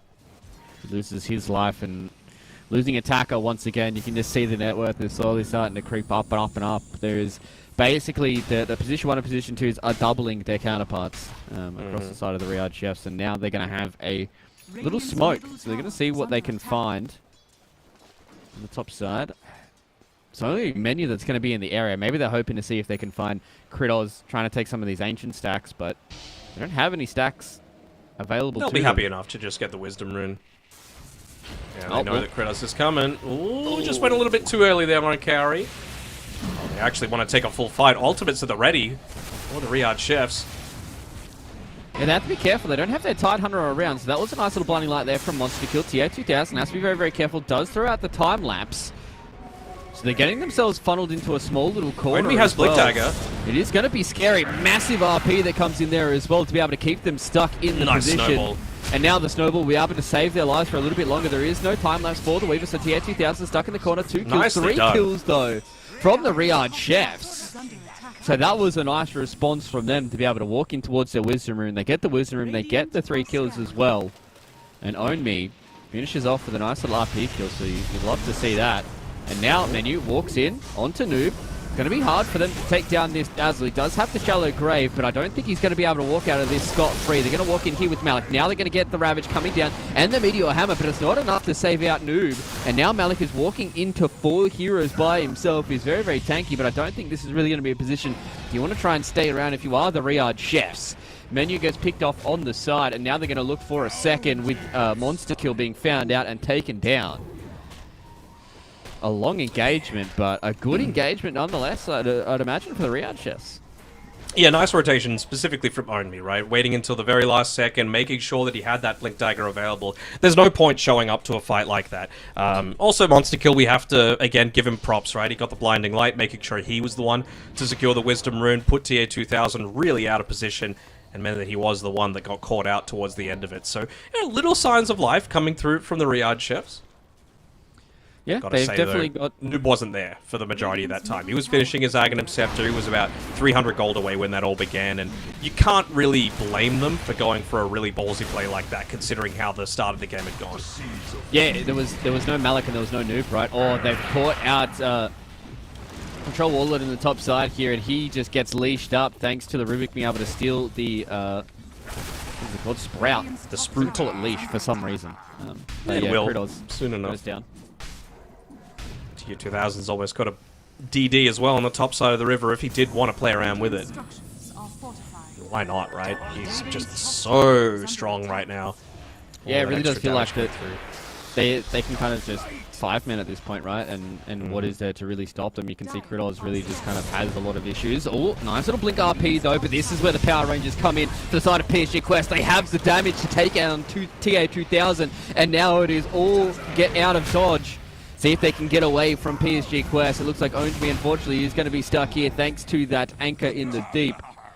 And they will not be able to get away from the pesky little Tide Hunter. Mm-hmm. I mean, it's a trade that you take, right? Like, you need to stop TA2000 from continuing to scale. He's incredibly strong right now. That's not going to happen as much anymore once he picks up the Lincoln Sphere. Like, yes, you are still vulnerable to an RP and an Epicenter combination, but you're not going to get stunned afterwards by the Sand King, you know? Yeah, that's true. You won't have the extra follow-up, right? Is the kind of important part. It's a combo breaker for you. Do they have anything to break it? I guess Sprout is the only thing. Or Solar Blind could be potential as well. Unfortunately for Owns Me, went in onto Malik, and there was too many members of PSG Quest around. That was, you know, seeing the God view, probably not the smartest decision, but don't have all the information available to them like we do.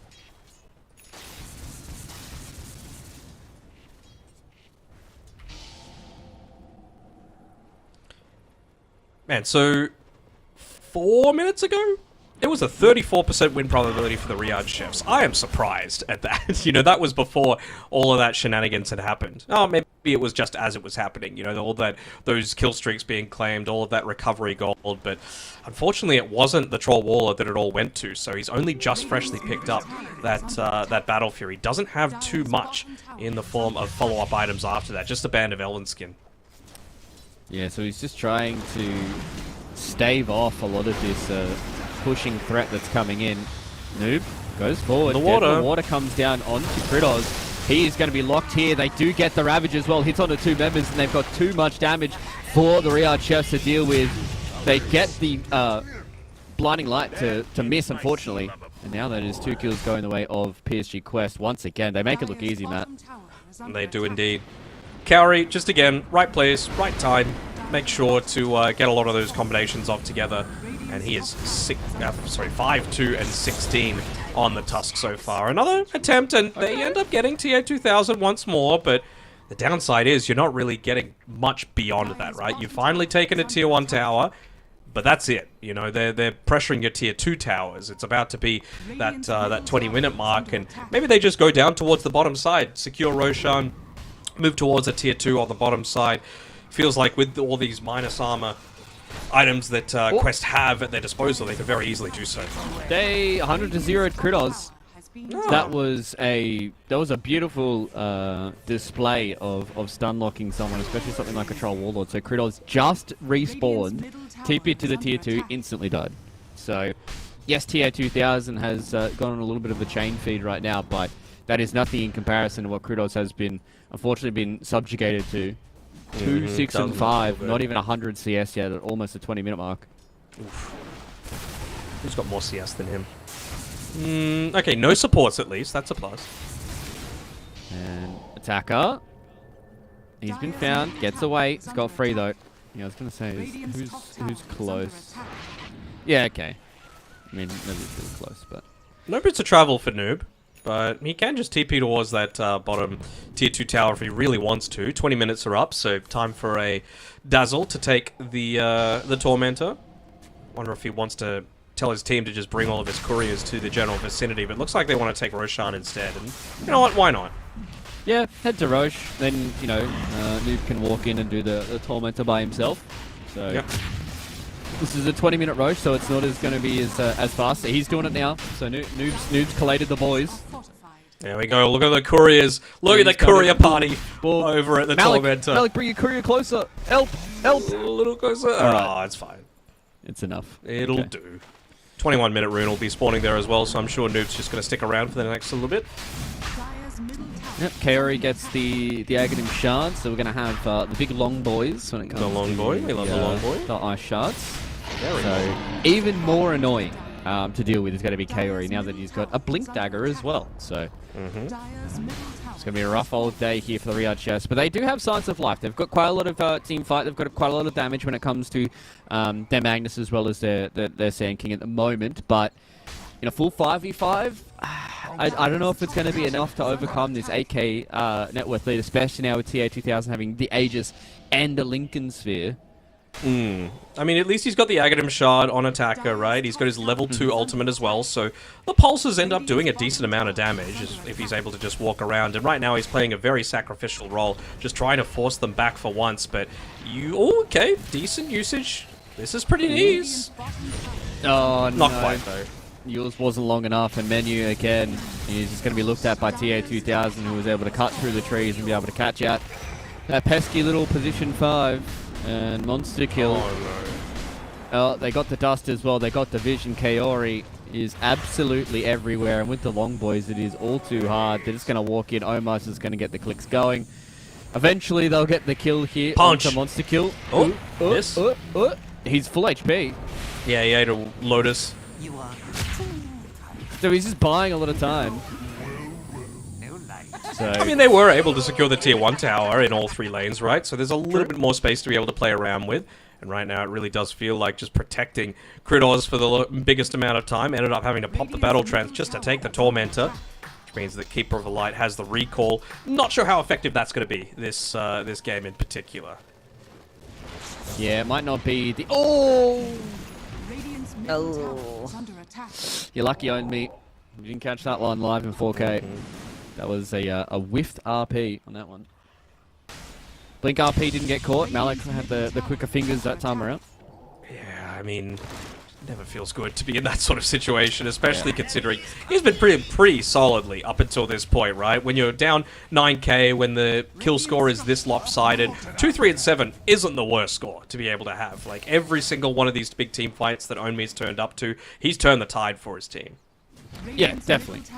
He's been very prominent in being able to turn around a lot of these team fights, so we'll see if he's able to put that into a tier 3 tower defense, or whether or not it is just going to be as lopsided as the score will suggest.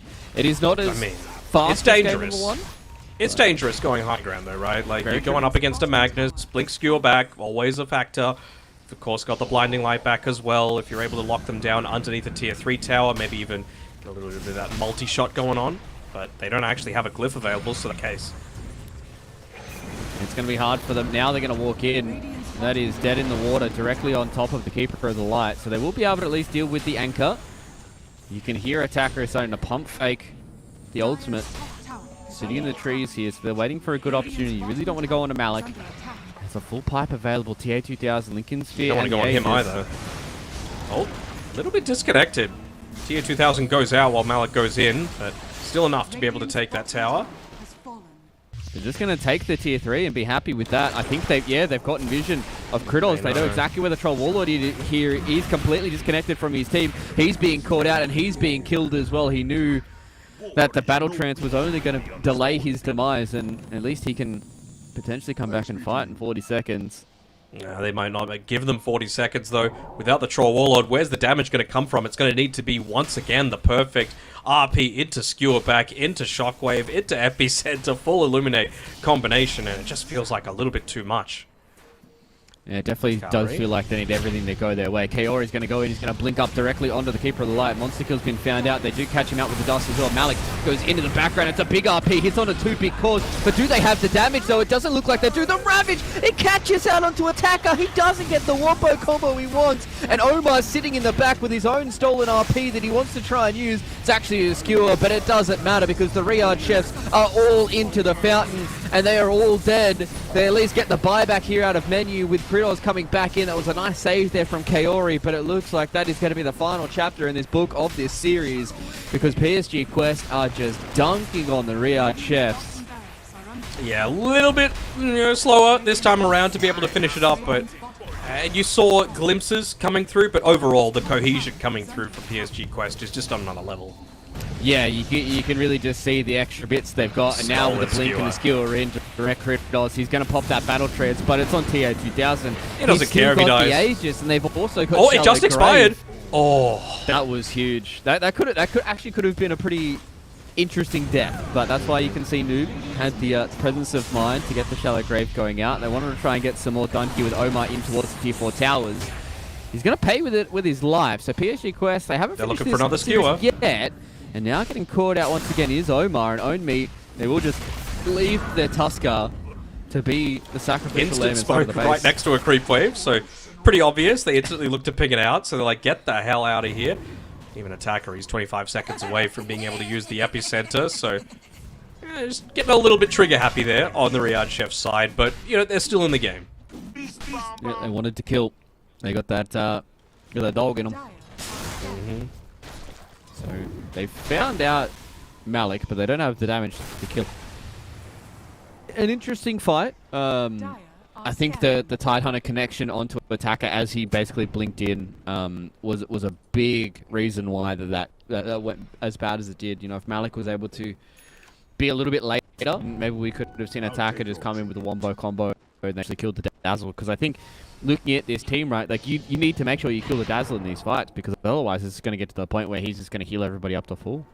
Yeah, it's kind of ridiculous, you know, and the longer the fights go, the more of that bad juju really starts to come into the equation. Poison touch as well, right? It's just being more slow, more damage. It just keeps ticking up and up and up, and he's up to level 20 as well, so that poison touch DPS is now plus 60. So an extra 112 physical damage per second with all of this minus armor feels incredibly scary to have to go up against. Yeah, it is synergies on synergies, it seems, at this point. He's getting close to that disgusting arcane blink, which Menu might just be waiting for that 28 minutes. Will he go and try and yoink away the Wisdom Rune? He just TP'd back to base, so it is a little bit risky. He's trying to build into a right-click build of his own. Not sure how effective it's going to be, though. I mean, if you can get to the point where you can scale, then it might work out. So we'll try and go for the Wisdom Rune. Which one is he going to go for? He hasn't chosen either. He was half tipping towards the Radiant one, wants to kill. He is unfortunately dead. There's just too much damage that Noob's able to pump out, and especially if he just gets directly on top of Monster Kill, he's got no way of getting out. Well, the plus side is, because Troll Warlord was so far behind in XP, that Wisdom Rune ended up giving him a little bit, so that's always nice. Okay, alright, nice. Still doesn't have that BKB yet, and I think that's probably the last bastion of hope, right? Like, if you don't win the fight with Troll Warlord BKB, then you're really just going to be next item syndrome for the entirety of the game. And he's not going to have that BKB by the time they take this this lane of racks. You basically just need to give it up. You don't even have a Keeper of the Light to be able to push them back with the Illuminate. Yeah, and especially with the fact that Noobs is able to completely blink into the tier 4 towers, throw a poison touch onto Owned Me, and then kind of put him out of the fight for like 20 seconds. Yeah, trying to protect their range racks for now. Owned Me just sitting in the smoke, wait for target to be there for the blink skewer back, but again, they need the damage. Kratos, I'm sure he's saying, just buy me a little bit more time, guys. I'm so close. He's about 400 gold away. 300 now, so they're getting ever close. He briefly went in vision here, Kratos, in front of the tower, so he'll be able to yoink away that Wisdom Rune. That's a nice little bonus. Level 15 now on the Nature's Prophet as well. So he will have time for the BKB. They're not assaulting the base just yet, so PSG Quest will be able to give out that BKB. I don't know if you really want to try and fight outside of your base. He TP'd back to base, 50 gold short. I think you gotta just sell the wand. There's a fight that's about to break out. He's holding on to it. I think the greed may pay off. He's got 30 gold away. Malik is looking for Owned Me here. Doesn't have the rest of his members around, so he's just going to clean up his crit wave in the bottom side. We will have the BKB flying out now for Kratos. But Omi doesn't have a TP as well, so he's a little lucky that they aren't all there. Yeah, see you later, Menu. Not a chance that you're going to get out of this one alive, but he's almost been able to his own Aghanim Scepter, so nicely done there. Yep. 600 gold away from that, so that would be a nice little addition to the team fight prowess of the Riyadh Chefs. Attacker.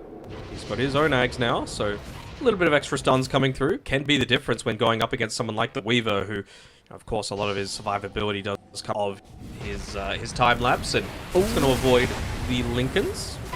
Oh, there was a weird fight that was happening here towards this Radiant Shrine. They almost got caught out to TA 2000. We're going to go directly in towards the snowball here. Attacker wants to start winding up on this epicenter here, but it is just going out onto Kaori. And with the Lincolns here, they'll get the kick back there onto Kratos.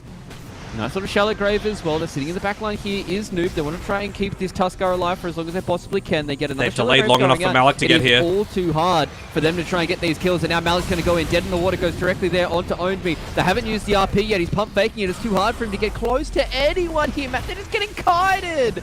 The BKBs don't matter. It's just and they're Malik not getting onto in Noob. front of them. And they just leave TA 2000 to be able to do whatever he wants. They've still got RP, but it doesn't matter. They've got no BKBs, man. It's just all all over Red Rover for the Riyadh Chefs. We will see a Ravage that goes down onto Malik. It doesn't connect on the Kritos, but it doesn't matter because they've lost Owned Me, who is such an important puzzle piece for them to have in these team fights. How many shallow graves did we see in that fight? Just the 2, but it's enough, right? It just means that Kaori survives so much longer than he had any sort of right to, and yeah, they're just going to keep the dive going. Yep, they found out Monster Kill. Beautiful skewer back there from Omar to be able to get directly onto Kritos. They know that he has no BKB, but he at least gets the battle trance off, so he's going to be able to try and fight for the next couple of seconds. RP goes down onto 3. Do they have the damage? No, they don't, because they've got their shallow graves. Noob is just sitting in the back, skewering people around. Owned Me, he's oh so low on the HP. They want to try and take down this Magnus. TA2000 is such a thorn in their side. They get rid of Omar in the back, and Noob, he's oh so low, so he's used a lot of his HP to try and get these bad Juju procs. Can he keep himself alive with another one of these shallow graves? He's so low, they don't have the damage. He gets healed down. He goes in for the blink and the heal again from Noob for the double kill, and this will be the final nail in the coffin with Menu going down. GG is cold, and 32 minutes in, we will see this series be completed. Congratulations to PSG Quest, who, I mean, going into this series, we expected them to win, but they did it in such a clean and concise fashion that if you're Falcons right now who are waiting in the wings, this is going to be a pretty tough upper bracket final if they make it there themselves. We'll see if Falcons make it there, all right? Yeah, and they got a game of their own to be able to go past, but no, it's certainly a very convincing win for sure. I mean, again, I preferred the draft that came out from Riyadh Chefs, Game 1 versus Game 2, but there just still was that little bit of a lack of synergy there, right? Even just when it comes down to where exactly the supports were laning. It meant that you didn't get off to the start that you were wanting on the Troll Warlord. It meant that the Battle Fury was delayed. It meant that things just kept snowballing more and more and more from there, and we saw how horrible a time Attacker had in that mid lane against the Dazzle. Losing the Sentry battle, yes, but any time that you're playing a melee hero into the Dazzle always feels pretty damn horrible. So if not for a couple of great RP skewer combinations from Own Me, that probably would have been done a good 5-10 minutes earlier.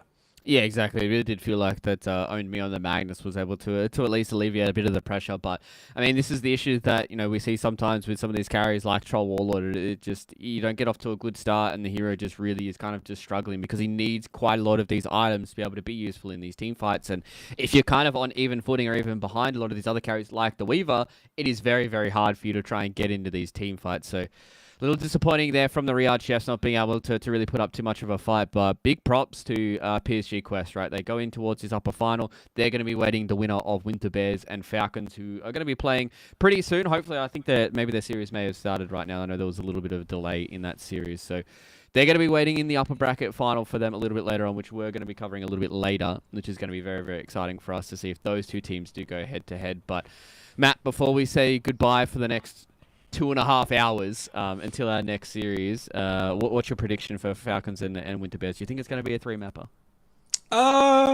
No, but I think Winter Bear will push them to, I don't know, maybe 35, 40 minutes in one of the games. Okay, so maybe we might see a little bit more of a competitive series. But ladies and gentlemen, that is it for us here on this stream for the next couple of hours at least. We've got about 2.5 hours until our next series will start up once again. So make sure you join us at that time for the next series of the MENA Qualifiers. It's been Denog and I here for ESL 1 Kuala Lumpur Closed Qualifiers. We'll be back in about 2.5 hours. We'll see you then.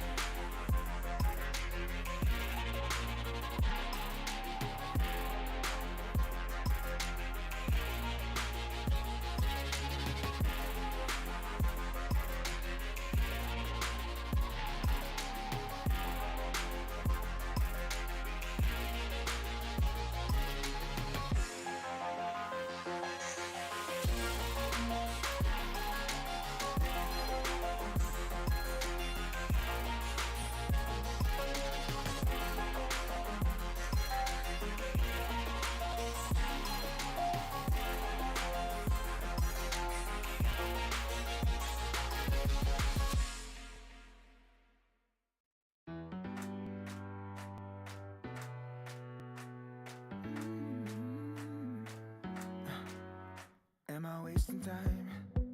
'Cause I'm already gone. So long, can you stay the night? 'Cause you're the thing I want. I know you're feeling different when you're stressed out, but even with no makeup you still stand out. 'Cause no one makes me feel the way you do now, like you do now.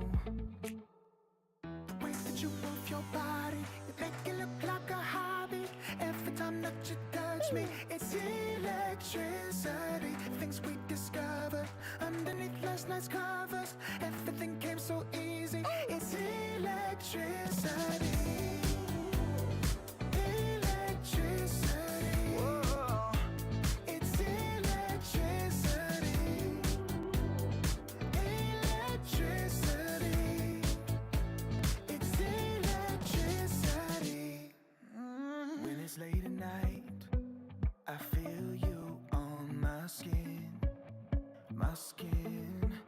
You're all that's on my mind. It's finally sinking in. You're it. I know you're feeling different when you're stressed out, but even with no makeup you still stand out. 'Cause no one makes me feel the way you do now, like you do now. The way that you move your body, you make it look like a hobby. Every time that you touch me, it's electricity. Things we discovered underneath last night's covers. Everything came so easy. It's electricity. Electricity. It's electricity. Electricity. It's electricity.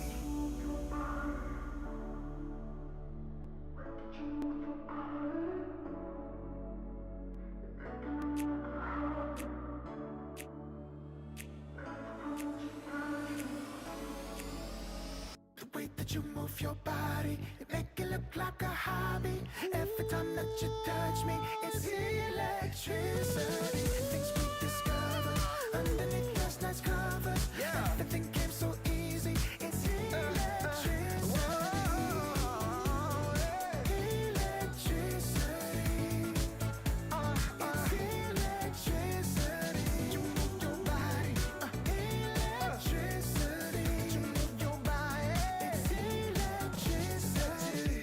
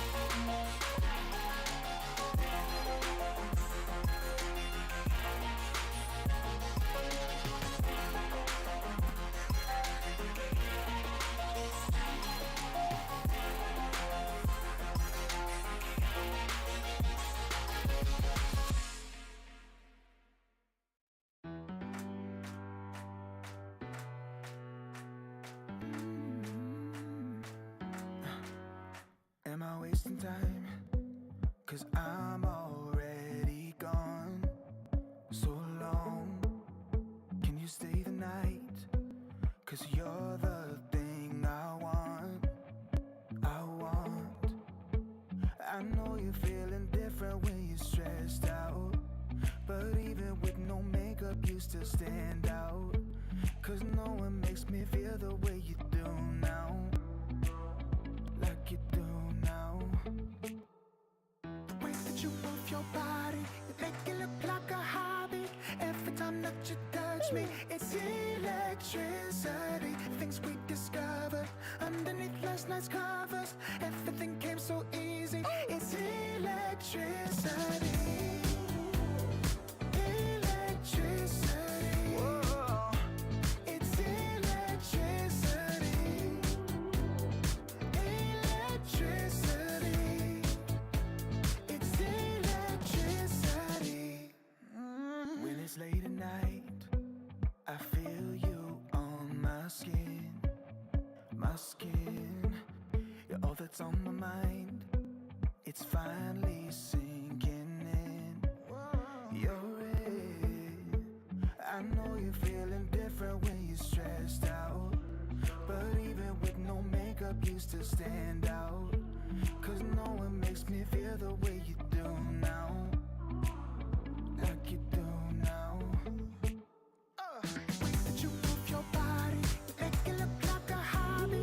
Every time that you touch me, it's electricity. Things we discovered underneath last night's covers. Everything came so easy. It's electricity. Electricity. It's electricity. Electricity. It's electricity.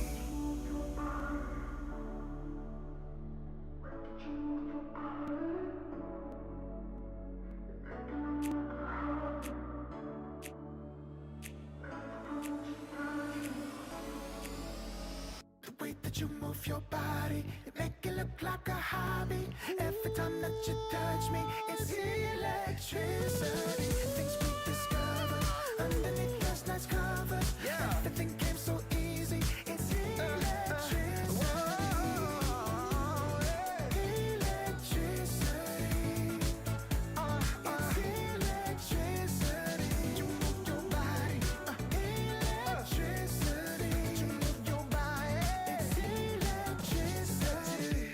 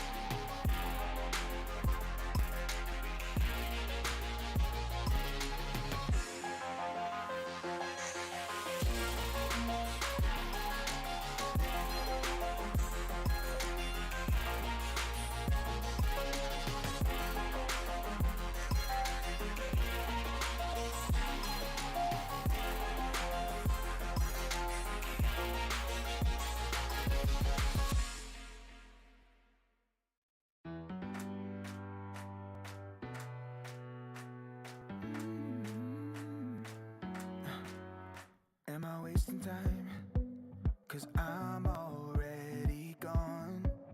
So long, can you stay the night? 'Cause you're the thing I want. I know you're feeling different when you're stressed out, but even with no makeup you still stand out. 'Cause no one makes me feel the way you do now, like you do now. The way that you move your body, you make it look like a hobby. Every time that you touch me, it's electricity. Things we discovered underneath last night's covers. Everything came so easy. It's electricity. Electricity. Whoa. It's electricity. Electricity. It's electricity. When it's late at night, I feel you on my skin. My skin. You're all that's on my mind. It's finally sinking in. You're it. I know you're feeling different when you're stressed out, but even with no makeup you still stand out. 'Cause no one makes me feel the way you do now, like you do now. The way that you move your body, you make it look like a hobby. Every time that you touch me, it's electricity. Things we discovered underneath last night's covers. Everything came so easy. It's electricity. Electricity. It's electricity. Electricity. It's electricity.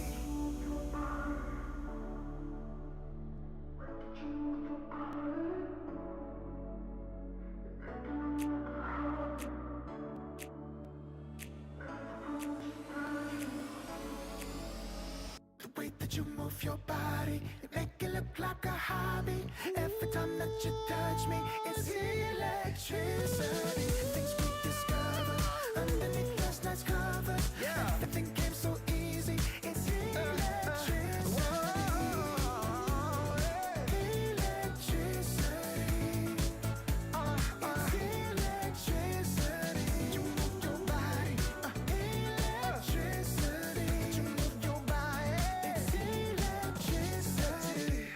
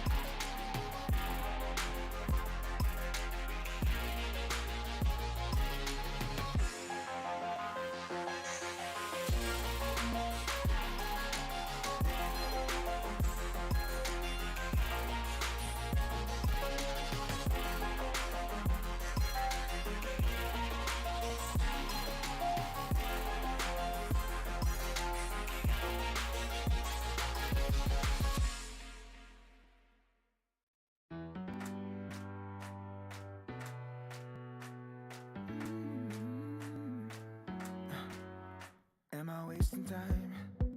'Cause I'm already gone. So long, can you stay the night? 'Cause you're the thing I want. I know you're feeling different when you're stressed out, but even with no makeup you still stand out. 'Cause no one makes me feel the way you do now, like you do now. The way that you move your body, you make it look like a hobby. Every time that you touch me, it's electricity. Things we discovered underneath last night's covers, everything came so easy. It's electricity. Electricity.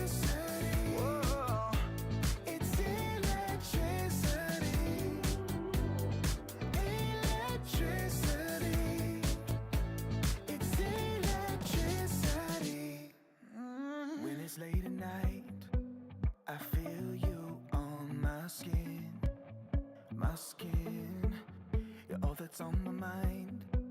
It's finally sinking in. You're it. I know you're feeling different when you're stressed out, but even with no makeup you still stand out.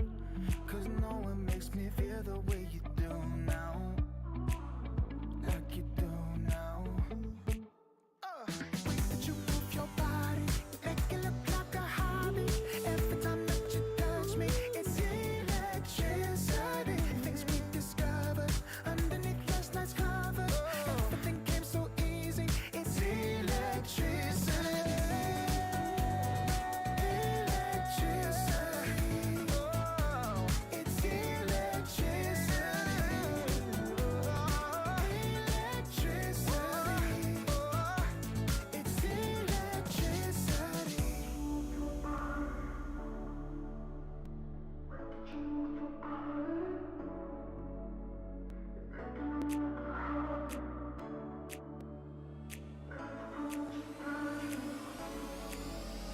The way that you move your body, you make it look like a hobby. Every time that you touch me, it's electricity.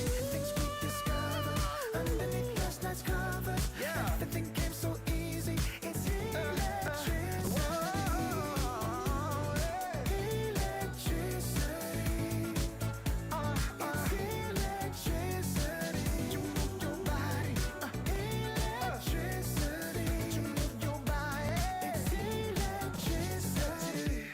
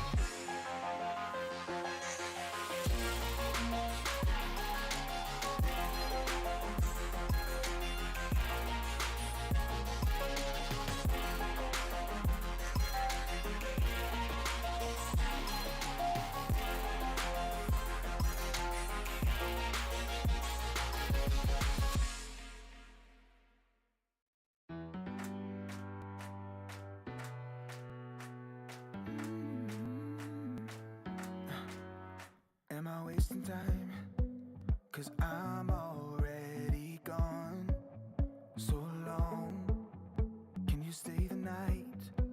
'Cause you're the thing I want. I know you're feeling different when you're stressed out, but even with no makeup you still stand out. 'Cause no one makes me feel the way you do now, like you do now. The way that you move your body, you make it look like a hobby. Every time that you touch me, it's electricity. Things we discovered underneath last night's covers. Everything came so easy. It's electricity. Electricity. Whoa. It's electricity. Electricity. It's electricity. When it's late at night, I feel you on my skin. My skin. You're all that's on my mind. It's finally sinking in. You're it. I know you're feeling different when you're stressed out, but even with no makeup you still stand out. 'Cause no one makes me feel the way you do now, like you do now. The way that you move your body, you make it look like a hobby. Every time that you touch me, it's electricity. Things we discovered underneath last night's covers. Everything came so easy. It's electricity. Electricity. It's electricity. Electricity. It's electricity.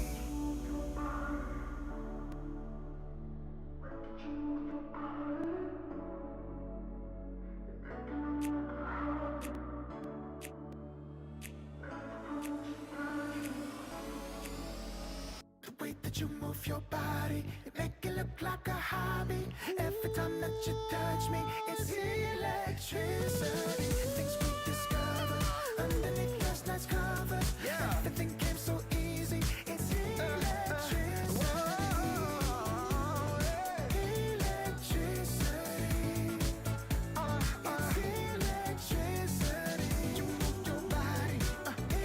Electricity. You move your body. It's electricity.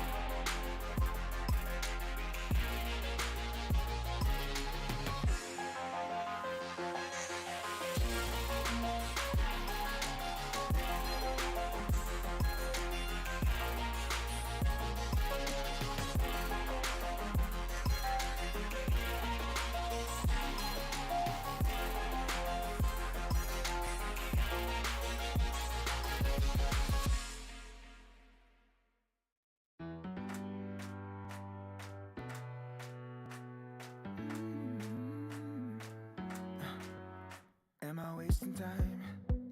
'Cause I'm already gone. So long, can you stay the night? 'Cause you're the thing I want.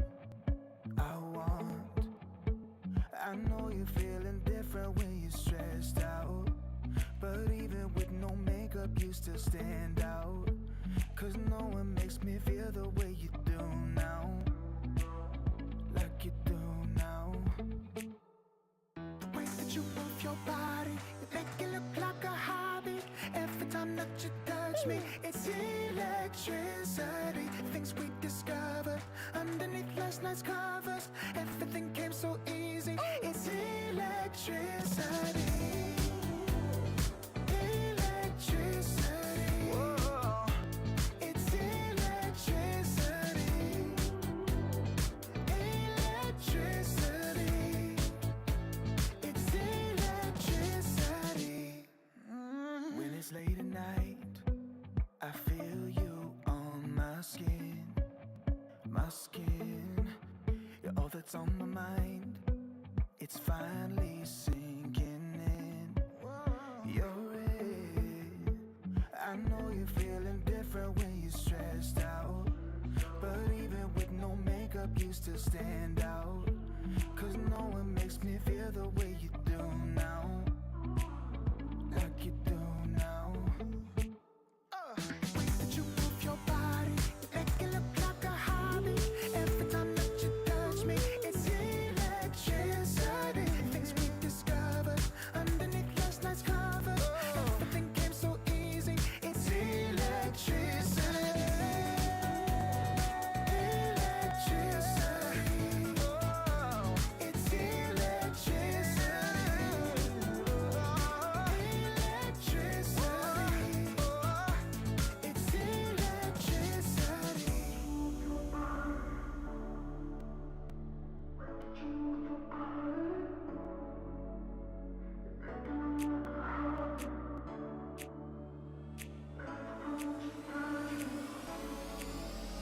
The way that you move your body, you make it look like a hobby. Every time that you touch me, it's electricity. Things we discovered underneath last night's covers. Everything came so easy. It's electricity. Electricity. It's electricity. You move your body. Electricity. You move your body. It's electricity.